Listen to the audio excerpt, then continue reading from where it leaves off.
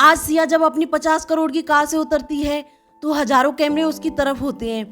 लेकिन क्या आप जानते हैं कि इसी सिया ने एक वक्त पर गंदा पानी पीकर अपनी प्यास बुझाई थी। चलिए शुरू करते हैं सिया के उस अंधेरे कमरे से जहां से इस फिनिक्स का जन्म हुआ। दोस्तों, ये कहानी है सिया की, एक ऐसी लड़की जिसके पास सिर्फ एक हुनर था, रंगों से बातें करना। सिया के साथ उसका बचपन का दोस्त आरव था। दोनों ने साथ सपने देखे। आरव कहता था, सिया तुम्हारी कला एक दिन दुनिया में दिखेगी। सिया ने उसे अपना खुदा मान लिया। लेकिन वक्त बदला और आरव की नीयत भी।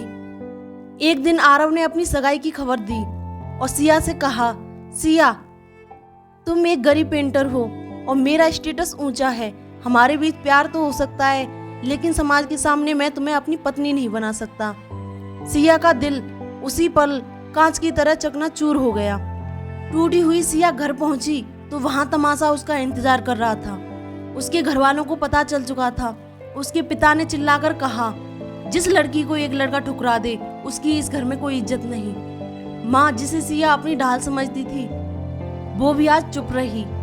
भैया ने सिया का सामान उठाया और बाहर फेंक दिया और बोला, निकल जाओ यहाँ से, हमारी और बदनामी मत कराओ। उसी काली रात में सिया के पास ना सर पे छत थी, ना जेब में पैसे। जिसे अपना माना उसने छोड़ दिया। जिन्होंने जन्म दिया उन्होंने मुंह मोड़ लिया। वो स्टेशन की बेंच पर बैठकर रात भर रोती रही, जहां आवारा कुत्तों के सिवा उसके पास कोई नहीं था। अगले 2 साल सिया के लिए किसी बनवास से कम नहीं थे। उसने एक गंदे से चौल में कमरा लिया। दिन भर वह लोगों के दफ्तरों के चक्कर काटती कि कोई उसकी पेंटिंग खरीद ले, पर लोग उसे हिकारत से देखते थे। कई बार ऐसा हुआ कि उसने 2-2 दिन तक कुछ नहीं खाया। प्यास लगने पर नल का पानी पीकर सो जाती। एक बार सिया बुरी तरह बीमार पड़ी। शरीर बुखार से तप रहा था। उसने कांपते हाथों से अपनी माँ को फोन किया, सिर्फ एक बार आवाज सुनने के लिए। माँ ने फोन उठाया और कहा, कौन सिया? हमारी तो कोई बेटी नहीं है। फोन कट गया। उस दिन सिया के आंसू सूख गए। उसने अपनी फटी हुई डायरी निकाली। ब्रश नहीं थे तो उसने अपनी उंगलियों को कोयले और गंदे रंगों में डुबाया और अपनी तन्हाई को एक कागज पर उतार दिया। सिया ने हार नहीं मानी। उसने अपनी उन फिंगर पेंटिंग्स को एक नुक्कड़ पर सजाया। एक विदेशी पत्रकार की नजर उस पर पड़ी। उसने उन पेंटिंग्स में वो दर्द देखा जो शब्दों में बयान नहीं हो सकता। उसने सिया की कहानी इंटरनेट पर डाल दी। अगले ही दिन सिया का नाम द मेरिकल गर्ल बन गया। बड़ी बड़ी आर्ट गैलरीज ने उसे साइन किया। प्रदर्शन लगे। उसकी एक पेंटिंग की कीमत करोड़ों में पहुंच गई। सिया अब तो फकीर नहीं थी, वो अब क्वीन ऑफ आर्ट थी। कामयाबी के बाद वही लोग वापस आए एक बड़ी पार्टी में। उसके पिता, माँ, भाई हाथ जोड़कर खड़े।